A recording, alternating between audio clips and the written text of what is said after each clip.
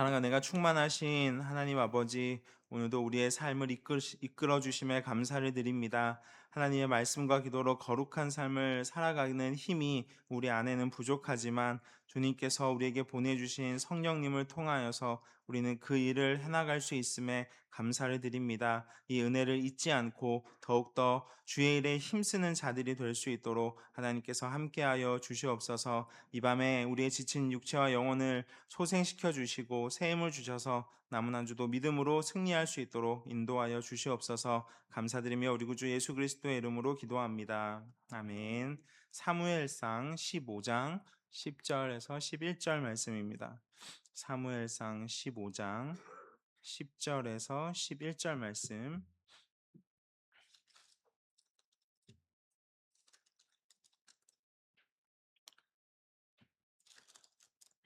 제가 가진 성경 구약 431쪽에서 432면에 있습니다.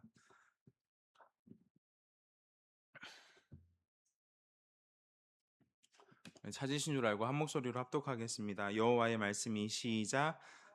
말씀이 사무엘에게 임하니라. 이르시되 내가 사울을 왕으로 세운 것을 후회하노니 그가 돌이켜서 나를 따르지 아니하며 내 명령을 행하지 아니하였음이니라 하신지라. 사무엘이 근심하여 온 밤을 여호와께 부르짖으니라. 아멘. 죽음에 이르는 7가지 죄, 이 대죄, 칠대죄라고 부르는 이 칠대죄 중에 우리가 처음으로 다루는 죄는 교만입니다. 교만에 대해 C.S. 루이스가 하는 표현이 참으로 재밌는데 책에도 있죠. 교만에 비하면 다른 죄들은 벼룩에 물린 자국과 같다. 예, 교만에 비하면 다른 죄들은 벼룩에 물린 자국과 같다. 여러분, 벼룩에 물린 자국이 뭐 얼마나 대단하겠어요. 물론 뭐 사람에 따라서 뭐 크게 자국이 나기도 하고 뭐 가렵기도 하고 하겠지만 그건 뭐 아무것도 아니라는 거죠. 교만에 비하면요. 교만은 이 대죄, 이 캐피탈 신스라고 하는 이 머리가 되는 대표가 되는 이 대죄들 중에서도 가히 제일 가는 죄입니다. 그래서 C.S. 루이스가 하는 말이 좀 더 와 닿는 것 같습니다. 정말 그렇죠. 인류의 죄의 시작이 바로 교만이라고 우리는 그렇게 배우고 또 그게 사실이죠. 교만이 아담의 마음과 생각을 자극하고 또 선악과를 먹는 행동으로 이어졌던 것을 우리가 알고 있습니다. 교만은 수페르비아라고 하는 라틴어처럼 수페르, 그죠? 슈퍼죠, 슈퍼. 내 모든 것이 다 위에 있는 것입니다. 자기가 최고의 높은 위치에 있는 거죠. 슈퍼가 되는 것입니다. 자기를 높이는 거죠. 그런데 교만의 가장 심각성은 단순히 다른 사람들보다 높아지려는 데 있지 않다는 데 있습니다. 교만의 진짜 심각한 점은 하나님처럼 되고 싶다는 그 인간의 유한한 마음이 자극을 받는 거죠. 인간이 유한하잖아요. 한계가 있잖아요. 내가 뭔가 짠 해서 만들 수 없잖아요. 그죠? 내가 생각하는 것들이 그대로 되지 않습니다. 유한하죠. 근데 하나님은 뭔가 다 하실 수 있는 것 같아요. 그래서 나는 하나님이 되고 싶다. 여러분, 이 마음을 자극하더라는 것입니다. 그리고 하나님처럼 될 수 있다는 마음이 한술 더 나아가 하나님도 없이 하고 내가 하나님보다 더 위대하고 강력한 존재, 내가 진짜 신이 될 거야 라는 열망으로 이어지더라는 것입니다. 바벨탑 사건이 이를 잘 보여주죠. 그리고 사탄, 이 마귀라는 존재 역시 이런 방식으로 시작이 되었습니다. 내가 무별 위에 높아지겠다. 그죠? 그런 마음으로 시작이 됐다는 것이죠. 그래서 교만은 일만하게 뿌리다 이렇게 얘기합니다. 일만 죄의 뿌리 이렇게 불려집니다. 오늘은 사울왕의 이야기를 초반에 좀 나누면서 이 교만이라는 이 대죄 중에서의 대죄, 그죠? 일만 죄의 뿌리라고 하는 이 교만에 대해 살펴보면서 함께 은혜 받기를 원합니다. 우리가 사울을 생각할 때면 흔히 다윗에 대한 질투와 시기를 먼저 떠올리기가 쉽지만 그것은 결과일 뿐 시작은 교만이었습니다. 사울은 백성들의 요구에 의해 세워진 왕이 아니었죠. 하나님이 허락은 하셨어요. 사울 뭐 왕을 요구하니까요. 근데 하나님에 의해 세워진 왕이 아니라 백성들의 요구에 의해 세워졌다는 것입니다. 여러분, 백성들의 요구는 우리도 다른 이방 나라들처럼 왕이 필요하다는 것이었습니다. 뭔가 눈에 보이는 강력하고 절대적인 뭔가 그런 어떤 존재가 필요하더라는 거죠. 그런 위치에 있는 사람이 있어서 전쟁으로부터 다른 나라의 침략으로부터 우리들을 지켜주고 그 힘으로 나라가 부강해져서 우리가 잘 먹고 잘 살고 싶다라는 것입니다. 겉으로 봤을 때는 정당한 요구처럼 보이지만 그 속을 들여다보면 이는 백성들의 하나님의 통치를 거부하고자 하는 마음, 싫은 거죠. 하나님의 말씀을 들으면서 살기 싫은 마음, 그리고 자기들이 스스로 왕이 되겠다는 그 마음, 그 속셈, 요걸 우리가 알 수가 있는 거죠. 백성들은 이미 사사시대를 지나면서 교만에 대해서 제대로 한번 맛을 봤습니다. 이스라엘의 진정한 왕이신 하나님을 없이하고 각자가 다 왕이 되어서 자기 맘대로 자기 소견대로 살았던 그때를 이스라엘 백성들이 정말 좋아했어요. 우리가 하나님의 말씀에 그때 이스라엘의 왕이 없으므로 사람들이 각각 자기 소견에 옳은 대로 행하였더라라고 어떤 부정적인 평가가 있기 때문에 사사시대는 나빴어라고 생각하지만, 여러분, 백성들은 그렇지 않았습니다. 여러분, 만약에 그게 나빴고 그것을 정말 회개하고 그것을 정말 싫어하고 좋아하지 않았다면 반복하지 않았겠죠. 사사시대는 계속해서 반복하는데 단순한 반복이 아니라 점점 악화가 됩니다. 왜? 좋아하니까요. 죄를 좋아해서 계속 짓는 것입니다. 딱 하나 안 좋은 게 있다면 그건 뭐예요? 그거는 이방 나라들이 자꾸 자기들을 괴롭히는 거예요. 요거만 빼면 다 좋았다는 거죠. 여러분, 그것이 하나님의 징계라는 것을 알고 하나님께 부르짖어 해결이 되었음에도 그들은 또다시 반복을 합니다. 왜? 좋아서. 여러분, 좋아서라고 밖에는 설명이 안 되죠. 사사시대를 통과하면서 그들이 생각한 것은 하나님을 정말 잘 섬겨야 되겠다, 하나님께로 돌아가야 되겠다라는 마음이 아니었습니다. 우리에겐 왕이 없어서 이렇게 괴롭힘을 당하는구나. 왕이 있었으면 저 이방인들의 침략, 하나님의 징계라는 걸 알아요. 근데 저 이방인들의 침략도 우리가 물리칠 텐데 하나님의 징계도 거부하는 거죠. 그래서 괜찮은 사사가 등장을 하면 어떡합니까? 왕을 세우려고 안달이 납니다. 대표적인 예가 기드온이잖아요. 기드온은 하나님이 왕이시라고 이렇게 말은 하면서도 정작 왕처럼 살기를 거부하진 않았습니다. 자녀들이 막 엄청 많았잖아요. 자녀들 모두가 다 나귀를 타고 다녔습니다. 여러분, 나귀를 탔다는 것은 왕자들처럼 살았다는 걸 의미합니다. 그러니까 자기가 왕이었다는 거죠. 하나님의 사람 사무엘 선지자가 등장해도 달라진 것은 크게 없었습니다. 하나님께로 돌아왔다, 이건 성경이 기록을 한 거기 때문에 사실입니다만, 끝나지 않는 전쟁, 계속되는 전쟁 앞에서 그들은 결국 뭐예요? 우리에게도 왕을 달라고 말합니다. 하나님 말고 진짜 왕. 이게 웃기죠. 하나님 됐고요, 진짜 왕이 필요합니다. 우리에게도 왕을 주세요. 그렇게 해서 세워진 왕이 사울입니다. 제비를 뽑아 당첨된 인물은 가히 사람들의 요구를 만족시킬 만한 매혹적인 청년이었습니다. 사울은 보통 사람들보다 머리 하나가 더 있을 정도로 키가 컸습니다. 이것만 봐도 합격이죠.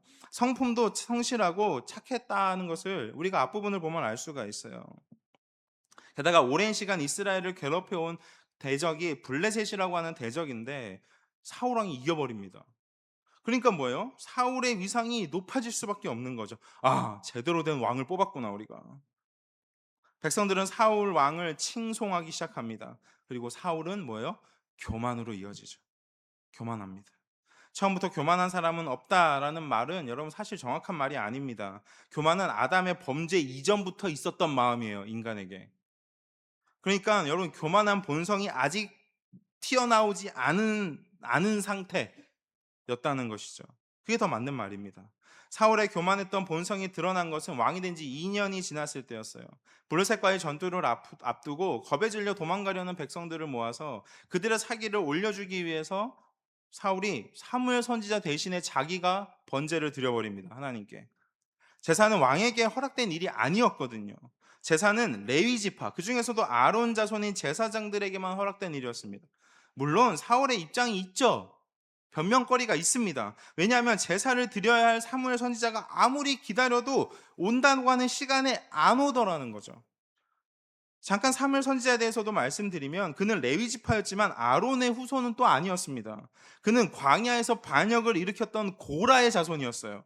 하지만 고라가 반역할 때 그의 아들들이 가담하지 않았기 때문에, 그 아버지의 반역, 아버지의 죄악에 가담하지 않았기 때문에 하나님은 그 자녀들에게 아버지의 죄를 묻지 않으십니다. 그것을 좋게 평가하셔서 오히려 계속해서 그들에게 레위인의 직무를 감당할 수 있게 하셨고, 나중에 우리가 시편을 보면 고라 자손의 시 이런 것들이 나오는 것을 우리가 보게 되죠. 그러니까 뭐예요? 엄밀히 말하면 사무엘은 제사장이 될 수 없었다는 것입니다. 사무엘의 경우는 특수한 상황이었어요. 당시 대제사장이었던 엘리 제사장이 죽고 그 아들들도 다 죽었기 때문에 하나님의 음성을 들었던 사무엘이 적격자였다는 것입니다. 그래서 그들의 빈자리를 대신해서 대제사장의 역할, 제사장의 역할을 감당할 수밖에 없었어요. 우리가 사무엘을 제사장이라고 부르는 경우는 거의 없습니다. 뭐라고 불러요? 선지자라고 부릅니다. 왜? 그는 제사장은 아니었기 때문입니다. 어찌됐든 사무엘이 오기 전 사울은 제사를 드려버리고 말았어요. 그리고 사무엘이 도착했습니다. 사무엘은 제사가 드려진 것을 보고는 기가 막혀서 사울을 책망합니다. 그래서 사울이 유명한 말을 하죠. 사울이 했던 유명한 말 무엇입니까? 부득이하여. 부득이하여. 무슨 말입니까? 어쩔 수 없었습니다. 당신이 안 왔잖아요. 백성들은 흩어지고 있고 당신이 늦었으니까 나라도 했어야 됐습니다. 라고 한 것입니다. 하지만 사무엘의 책망은 바뀌지 않았습니다. 왕이 망령되이 행하였도다. 왕이 하나님 여호와께 내리신 명령을 지키지 않았다고 얘기합니다. 여러분, 망령되이라는 말은 어리석다라는 말입니다. 그러니까 어리석게 행동했다는 거죠. 그런 부득이하여 어쩔 수 없이 한 행동은 하나님 앞에 정당함이 받아들여지지 않았어요. 그러니까 정당한 행동이 아니었다는 것입니다. 그 행동은 왕으로서의 책임 있는 행동이 아니라 어리석고 미련한 행동이었습니다. 해도 되는 일이 있고 해서는 안 될 일이 있습니다. 여러분, 앞서 사무엘은 특수한 상황에 제사장의 역할을 감당을 했다고 했죠. 근데 사울은 왜 안 됩니까? 이렇게 생각할 수 있잖아요. 여러분, 사무엘은 되고 사울은 왜 안 되냐는 거예요. 여러분, 사무엘은 자기가 제사장이 되고 싶어서 제사장이 된 게 아니었습니다. 하나님이 그렇게 하게 허락을 하셨고 그것을 명령하셨어요. 그러니까 사무엘은 하나님의 말씀에 순종한 것입니다. 근데 사울은 달랐어요. 하나님의 허락을 구하지도 않았고 그냥 자기의 판단에 따라 제사를 드렸습니다. 여러분, 이게 교만이라는 거죠. 하나님의 생각, 하나님의 뜻, 하나님의 허락 필요 없고 내가 판단해서 옳은 대로 행동하는 것. 이게 교만이라는 것입니다. 교만의 특징은 자기를 높이는 것이라고 말씀드렸어요. 그게 교만입니다. 근데 사울은 지금 뭐예요? 하나님을 건너뛰어 버린 것입니다. 왜? 하나님보다 자기가 더 위니까요. 내가 왕이니까요. 왕은 자기 마음대로 다 할 수 있는 사람이라는 것입니다. 그러니 사무엘이 해야 되는 일인 줄 알면서도 백성들이 다 도망가 혼자만 남더라도 제사는 자기의 허락된 일이 아님에도 불구하고 알면서도 드린 것입니다. 이게 교만이에요. 교만은 무지해서 내가 몰라서 그랬습니다. 이러지 않습니다. 다 알고 있어요.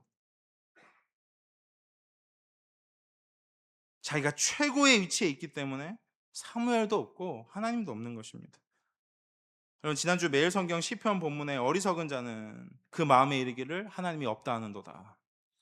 어리석은 자는 그 마음에, 그러니까 다른 사람들에게 대놓고 하나님 없다라고 얘기하지 않고 그 마음 속으로 뭐라고 한다고요? 하나님이 없다라고 한다는 것입니다. 이게 어리석다라는 말인데, 여러분, 사울이 지금 어리석게 행동했다는 거죠. 사울의 마음엔 이미 하나님이 없었습니다. 이런 그의 교만함이 이어진 결과가 우리가 읽은 본문입니다. 그가 돌이켜 나를 따르지 아니하며, 하나님이 말씀하시죠. 사무엘 선지자를 통해서 그가 나를 돌이켜 버렸다는 겁니다. 등졌다는 겁니다. 나를 따르지도 않고 내 명령을 행하지도 않았다. 그가 아무리 왕이라 하더라도 여러분, 이스라엘의 왕은 일반 세상 나라의 왕과는 다릅니다. 달라요. 이스라엘의 왕에게는 반드시 해야 될 의무가 있습니다. 그것은 뭐냐? 뭐 전쟁을 하고, 뭐 준비하고, 뭐 백성들을 잘 다스리는 게 아닙니다. 여러분, 하나님 나라 백성의 왕에게 주어진 명령은 하나님의 말씀을 계속 가까이 하는 거예요. 하나님의 말씀을 읽고 또 읽는 것입니다. 하나님의 말씀을 항상 옆에 두고 그 말씀을 읽고 그 명령에 순종하고 복종하는 것. 이게 하나님 나라 왕, 하나님 나라 백성의 왕의 임무예요. 그런데 사울은 그렇게 하지 않았다는 것입니다. 그는 하나님에게서 돌이켰습니다. 사울에 관련된 유명한 말씀인 부득이하여라는 말씀보다 오늘 본문 뒤에 나오는 말씀이죠. 우리가 읽진 않았지만 지금 함께 읽겠습니다. 15장 22절 말씀 우리 다 같이 읽습니다. 시작.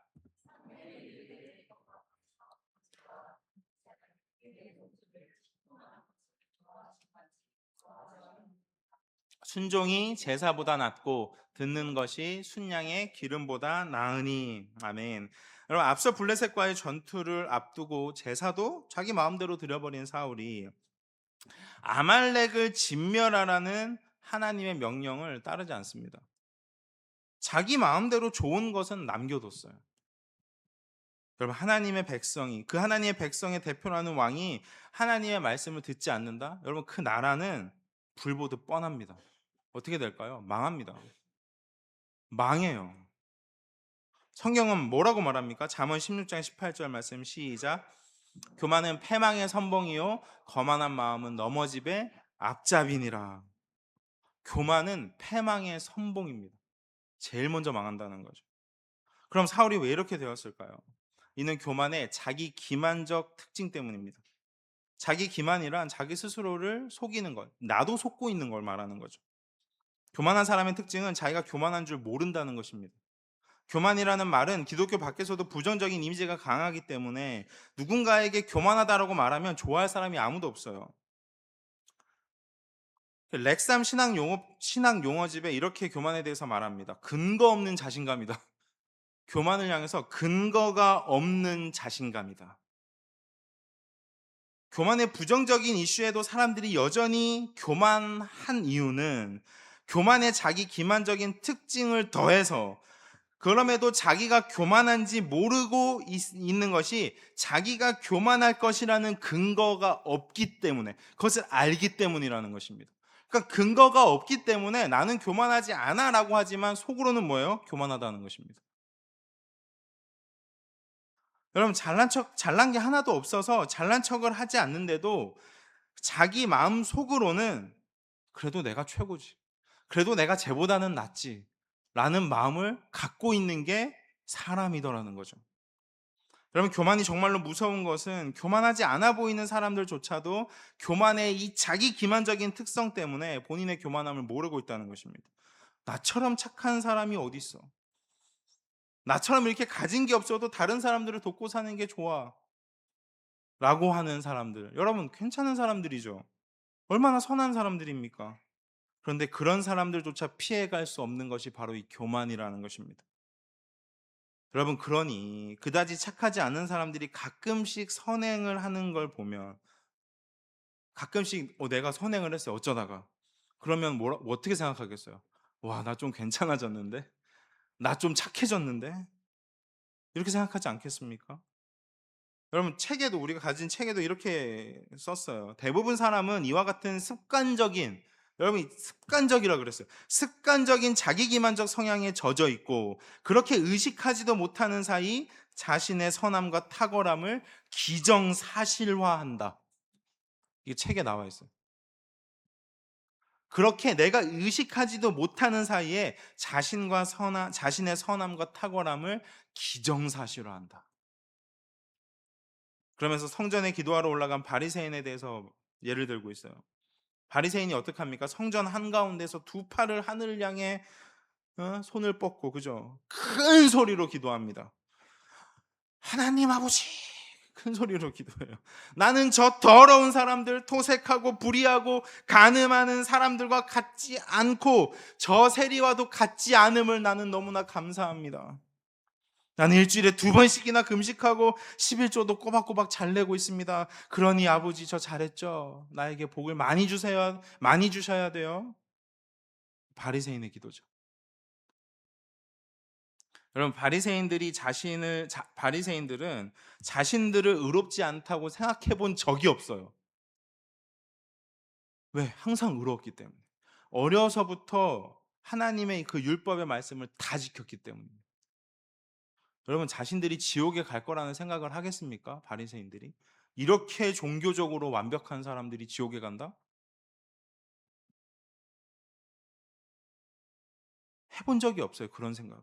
여러분, 부자와 나사로 비유해서 부자는 자기가 죽어서 지옥에 있을 거라는 생각을 살아있는 동안에는 해본 적이 없습니다. 여러분, 부자라고 하는 거는 당시 유대인들의 관점에서는 하나님의 복을 많이 받은 사람이에요. 아니, 구원받지도 않은 사람들이 하나님의 복을 주시겠어요? 당연히 자연적으로 부자는 하나님의 은혜를 축복을 많이 받은 사람들이다. 그러니까 스스로도 뭐예요? 나는 지옥에 안 갈 거야. 당연히 천국 가고 당연히 나는 아브라함 품에 안길 거야 라고 생각한다는 것입니다. 그런데 죽어보니 뭐예요? 눈 떠보니 지옥인 겁니다. 눈을 들어서 천국을 보니까 우리 집 앞에서 그냥 음식물 쓰레기 먹고 있던 나사로가 거기 아버지 아브라함 품에 안겨 있는 겁니다. 여러분, 유대인들은 자기들이 망할 것이라고 생각해 본 적이 없습니다. 그런데 현실은 망했습니다. 이방 나라의 포로가 되었습니다. 하나님의 은혜로 돌아온 뒤에도 시간이 조금 지나자 자기들만 생각했습니다. 우리만 구원받아야 돼 라는 생각을 여러분 지금도 가지고 있어요. 유대인들은. 왜? 우리만 하나님이 선택하신 선민, 그죠? 선민 이스라엘이다라는 것입니다. 이방인들은 망해도 싼, 심판받아도 마땅한 죄인, 개였죠. 그런 이방인들에게 복음 전하러 가는 바울이 얼마나 미웠을지를 한번 상상해 보십시오. 게다가 바울은 자신들과 같은 바리새인이었잖아요. 그런 바울이 완전히 코가 꿰어가지고 저주를 상징하는 나무에 달린, 그 십자가에 달린 예수를 전하고 다니니까 기가 막히고, 그죠? 코가 막히고 뭐 순사가 칼을 차고 막 이러잖아요. 유대인들이 바울을 죽이기 위해 얼마나 열정이 대단했으면 바울이 죽기 전까지는 난 아무것도 물 한 모금도 먹지 않겠다 결단한 사람들이 있었습니다. 비밀 암살단이 조직이 됩니다. 근데 그 모든 계획이 다 실패하죠. 그러니까 어떡합니까? 바울이 복음 전하러 다니는 곳곳마다 쫓아다니면서 바울이 하는 말 거짓이라고, 그 말 믿지 말라고, 아니 믿음도 좋은데 더 나아가서 율법도 지켜야 된다고, 그래야 구원받는다고 거짓 복음을 막 뿌리고 다녔습니다. 그리고 바울을 어쩌다가 붙잡으면 어떡합니까? 매를 때리고 돌로 치고. 이렇듯 교만함은 교만하지 않는 자들을 향한 핍박으로 이어집니다. 여러분, 가인이 아벨을 죽였잖아요. 똑같은 거예요. 사울이 다윗을 미워하고 죽이려고 핍박한 것도 결국 자신의 교만 때문입니다. 교만이 일만주의 뿌리가 되어 그를 시기하고 질투하고 죽이려 하고 모함하고 마침내는 자기 의와 자기 분에 못 이겨서 스스로 목숨을 끊는 한이 있더라도 안 되는 거예요. 그런 비참한 결말을 맞이하더라도 절대로 굽히지 않는 겁니다. 저 더러운 이방인의 손에 난 죽을 수 없어. 자기가 칼에 엎드러지죠. 자기를 높이기 위해 다른 사람들을 깎아내리고 죽이려 드는 마음. 교만은 자기가 높아지는 데만 멈추지 않습니다. 다른 사람들에게 피해를 줍니다. 그래서 교만의 또 하나의 특징은 공동체를 파괴하는 것입니다. 교회 분열을 일으켜요. 파괴하는 것. 이게 바로 교만이 하는 일입니다. 바울이 그래서 고린도 교회에 편지할 때 이 교만에 대해 정말 강력하게 경고를 많이 했습니다. 교만하니까 사랑이 메말라 버렸어요. 교만하니까 그 많던 은사와 재능들이 교만 때문에 다 낭비가 되었습니다. 아무것도 아닌 게 돼버렸어요. 아무것도 아닌 게 돼버렸어요. 그리고 우리가 더욱 교만을 조심해야 하는 이유는 교만은 끝까지 남는 죄이기 때문입니다. 교만이요, 진짜 뿌리가 안 뽑혀요. 책에서 우리 신원아 교수님이 C.S. 루이스의 스크루테이프의 편지에 한 내용을 인용합니다. 늙은 삼촌 악마가 젊은 조카 악마에게 조언하는 내용을 기록하셨어요. 신자가 겸손해지면, 이 늙은 삼촌 악마가 젊은 악마 조카에게 조언하는 내용이에요. 신자가 겸손해지면 위기감을 갖고 긴급히 대응해야 한다. 그 상황에서는 무엇보다 자기가 겸손해졌다는 사실에 관심을 갖도록 유도해야 된다. 세상에 내가 이렇게 겸손해지다니 하는 자부심과 만족감을 갖게 되면 그 순간 자신이 겸손해졌다는 교만이 고개를 들거든. 신자가 이것조차 유혹으로 생각하고 마음을 다잡으려고 한다면 자신이 이렇게 근신하려고 한다는 사실 자체를 자랑스러워하도록 만들면 돼 라고 삼촌 늙은 악마가 젊은 조카 악마에게 그렇게 조언한다는 거죠. 여러분, 악마가 이렇게 치밀합니다. 우리를 너무나 잘 알아요. 진짜 겸손한 사람은 제가 몇 주 전에 팀 켈러 목사님 한 내용 인용한 대로 자기 망각의 사람입니다. 자기를 잊는 거죠. 자신에 대해 덜 생각하는 것. 이게 겸손이라는 것입니다. 왜냐하면 이 자기 중심성이 너무 강하거든요, 교만은. 여러분, 우리의 자아가, 우리의 그 자연적인 이 내추럴한 자아는 어떤 것입니까? 과도하게 팽창되고 부풀려져 있어요. 그렇기 때문에, 비어있기 때문에 고통스러워합니다. 그것을 비어있는 것을 채우려고, 억지로 채우려고 바쁘고 연약해져 버립니다. 그게 우리의 자아라는 거죠. 하지만 진짜 겸손한 사람은 그렇게 텅 비어있고 과도하게 팽창되고 부풀려진 그 자아가 뭐로 채워집니까? 하나님의 은혜로 채워진 사람입니다. 그래서 자연적인 이 자아가 초자연적인 자아로 바뀌어버렸어요. 왜? 하나님의 은혜와 예수 그리스도의 그 십자가 사랑으로 꽉 채워졌기 때문입니다. 빈틈이 없어졌어요. 그래서 여전히 자신의 죄악된 모습을 보면서도 좌절하거나 낙심하지 않고 오히려 더 그리스도를 붙들고 바라보게 되는 것. 이것이 진짜 겸손이라는 것입니다. 이런 사람은 다른 사람들의 판단에 상처받지 않습니다. 나도 나를 판단하지 아니하노니 그러잖아요. 왜 그런 것일까요? 우리가 받아야 될 그 모든 판단은 우리 주님께서 대신 다 받아주셨기 때문입니다. 하나님의 법정에서 완벽하게 이 해결이 다 돼버린 재판이에요. 더 이상 왈가왈부하지 않습니다. 우리는 예수님으로 인해 완전한 자유를 얻었어요. 할렐루야. 그럼에도 교만은 우리를 놔주지 않습니다. 우리가 죽기까지. 악마 삼촌과 그 조카들은 포기를 몰라요. 우리가 죽어 영화로운 상태가 되기 직전까지 최대한 우리를 괴롭히려는 것이 사탄의 전략입니다. 그래도 정말 다행인 것은 예수님께서 사탄을 이기셨다는 것입니다. 죄와 사망 권세를 이기셨어요.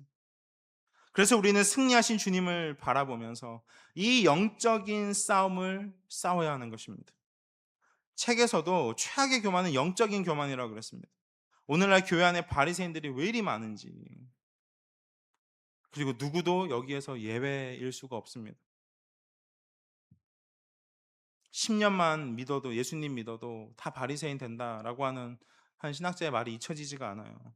내가 하나님 말씀대로 잘 살고 있다고 생각하는 순간 교만이 나 불렀어? 고개를 듭니다. 신앙생활 잘하고 있다. 너는 진짜 믿음이 좋다. 특히 저같이 목사 같은 사람은 뭐예요? 목사님 설교 정말 좋습니다. 은혜 많이 받았습니다. 그런 칭찬 들으면 뭐예요? 교만이 미소를 탁 띠면서 등장합니다. 사랑하는 성도 여러분, 말씀을 맺겠습니다. 책에 나오는 이 교만을 이기는 길, 이 부분은 제가 뺐습니다. 여러분들 각자가 읽어보시면 좋겠어요. 그렇게 느끼실 분은 여기 아무도 없겠지만 이 책을 다 읽었다고 해서 칠대자가 정복되었다라고 생각해서는 안 됩니다. 칠대자를 통해 우리는 자기 스스로를 돌아봐야 하겠지만 동시에 우리가 해야 될 일이 있습니다. 그것은 그리스도를 더 사랑하는 것입니다.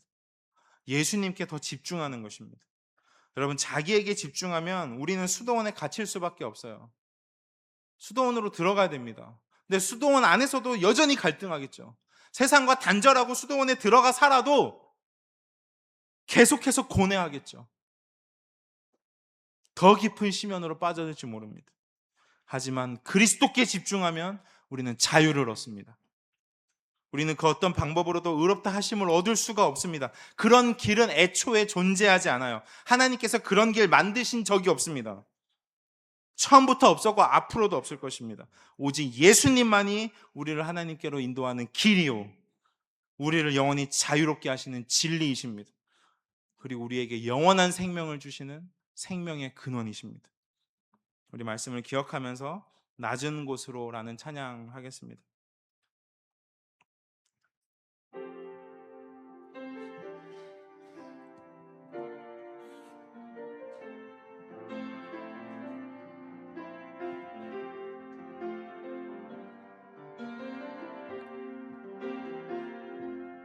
우리의 섬김이 더 낮은 곳으로, 우리의 고백이 더 낮은 곳으로 쓰러져 있는 그들을 향해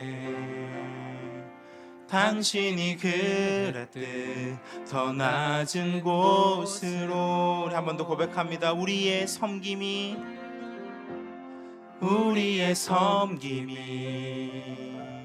더 낮은 곳으로, 우리의 고백이 더 낮은 곳으로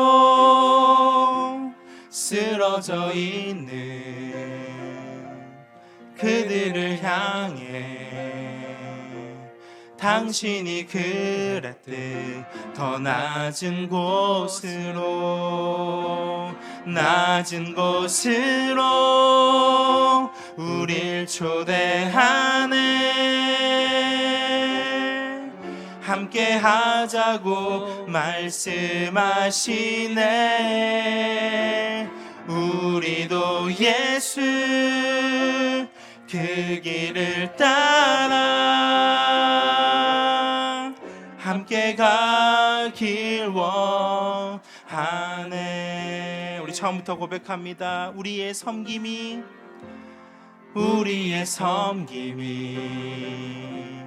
더 낮은 곳으로,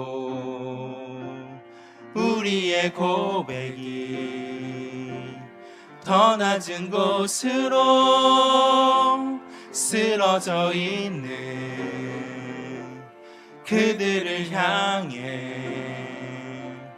당신이 그랬듯 더 낮은 곳으로, 낮은 곳으로 우릴 초대하네. 함께 하자고 말씀하시네. 우리도 예수 그 길을 따라 함께 가길 원하. 낮은 곳으로 우릴 초대하네. 함께 하자고 말씀하시네. 우리도 예수 그 길을 따라 함께 가길 원하네. 주님이 우리와 함께 하시네. 십자가 피 흘린 예수의 손으로 모든 아픔을 위로하시네. 우리에게 보여주셔. 주님이 우리와 함께 하시네. 함께 하시네. 십자가 피 흘린 예수의 손으로 모든 아픔을 위로하시네. 우리에게 보여주셨네. 주님이 우리와 함께 하시네. 십자가 피 흘린 예수의 손으로 모든 아픔을 위로하시네. 우리에게 보여주셨네.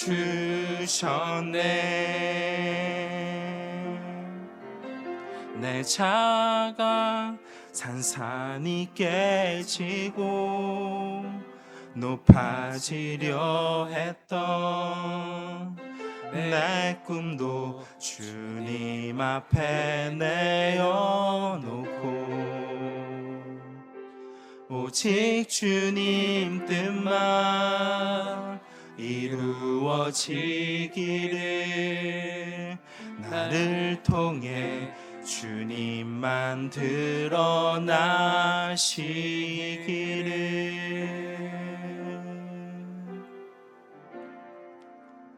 광야를 지나며 한 번 더 내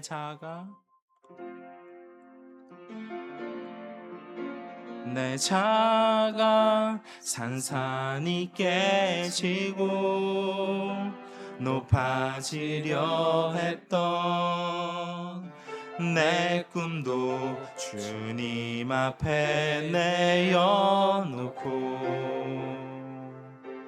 오직 주님 뜻만 이루어지기를 나를 통해 주님만 드러나시기를.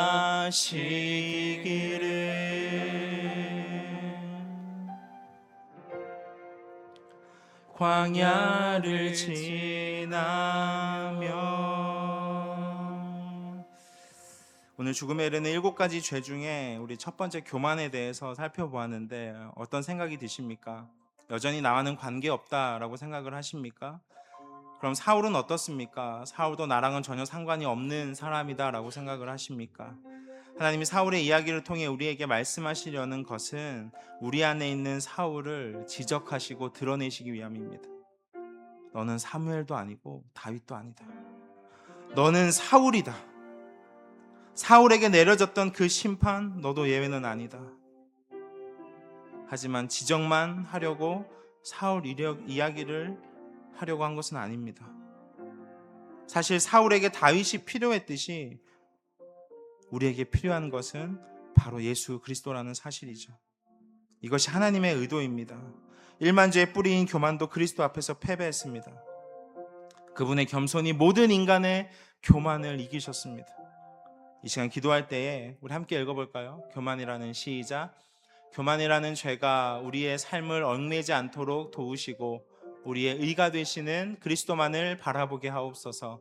교만하지 말라는 불가능한 명령에 억지로 순종하기보다 우리를 대신하여 하나님께 죽기까지 순종하신 그리스도의 겸손함과 온유함을 배우게 하옵소서. 우리 다 같이 말씀을 기억하시면서 다 같이 주의 이름 부르시면서 함께 기도하도록 하겠습니다. 주여! 하나님 아버지, 은혜와 사랑에 감사를 드립니다. 우리는 사울과 같이 또 바리새인과 같은 모습을 보일 때가 얼마나 많은지 모릅니다. 우리 안에 있는 그 교만, 일만주의 뿌리라고 불리는 그 교만이 우리가 조금만 잘한다고 하여 우리가 조금만 열심히라도 하면 금세 고개를 들고 올라와서 나도 교만하다는 사실을 잊어버리게 할 정도로 우리의 그 연약함을 건드리고 우리를 과도하게 부풀려서 또다시 그 죄악의 사슬로 그 심연으로 빠뜨려 버리게 하는 하나님, 그런 아버지 하나님 일들이 우리의 삶 가운데 계속해서 반복되고 있습니다. 우리도 이스라엘 백성들과 같이 사사시대처럼 혹시 그런 것들을 좋아하고 있지는 않습니까? 오 주님, 우리를 불쌍히 여겨주시고 하나님의 은혜를 기억함으로 말미암아 감사하게 하시고 계속해서 고개를 들여는 그 교만한 마음이 그리스도의 그 의로우신 행동으로 짓눌러질 수 있도록 우리가 계속해서 나를 집중하는 것이 아니라, 나에게 집중하는 것이 아니라 나를 바라보고 자기 중심적으로 살아가는 것이 아니라 나를 덜 생각하고 자기를 부인하고 자기 십자가를 지라고 말씀하신 주님처럼 자기를 비워내고 그리스도의 사랑과 은혜로 채우는 귀한 겸손의 은혜를 우리 주님을 통해 배울 수 있도록 하나님 인도하여 주시옵소서. 감사합니다. 사랑과 내가 풍성하신 하나님 아버지 감사합니다. 교만에 대한 말씀을 나누면서 얼마나 내 얘기 같은지 우리는 교만이라는 일만주의 뿌리에서 스스로 벗어날 수 없음을 너무나 잘 알고 있습니다. 그런 우리를 불쌍히 여겨주시고 그 얽매임에서 해방하시기 위해 이 낮고 낮은 땅에 예수님을 보내주심에 감사를 드립니다. 그리고 죽기까지 순종하심으로 우리를 구원하신 그 주님의 은혜가 우리의 삶 가운데 우리가 살아가는 날 동안 항상 기억될 수 있도록, 우리가 끝까지 주님을 붙들 수 있도록 우리 주님께서 역사하여 주시옵소서. 그럼에도 불구하고 마귀와 사탄 계속해서 우리 안에 깊숙이 남아있는 이 교만을 이용하여 자기를 기만하게 하고 공동체를 파괴하고자 하겠지만, 그 모든 것을 이기고 승리하신 주님을 바라봄으로써 우리도 선한 싸움을 계속해서 이어나갈 수 있도록 힘과 지혜를 더하여 주시옵소서. 우리 안에 남아 수시로 고개를 드는 사울이 아니라 우리를 섬기신 예수님을 따라 서로 섬기며 사랑하는 우리 모두가 될 수 있도록 인도하여 주시옵소서. 감사드리며 우리 구주 예수 그리스도의 이름으로 기도합니다. 아멘. 주기도문 하겠습니다. 하늘에 계신 우리 아버지여, 이름이 거룩히 여김을 받으시오며 나라가 임하시오며 뜻이 하늘에서 이루어진 것 같이 땅에서도 이루어지이다. 오늘 우리에게 일용할 양식을 주시옵고 우리가 우리에게 죄 지은 자를 사하여 준 것 같이 우리 죄를 사하여 주시옵고 우리를 시험에 들게 하지 마시옵고 다만 악에서 구하시옵소서. 나라와 권세와 영광이 아버지께 영원히 있사옵나이다. 아멘.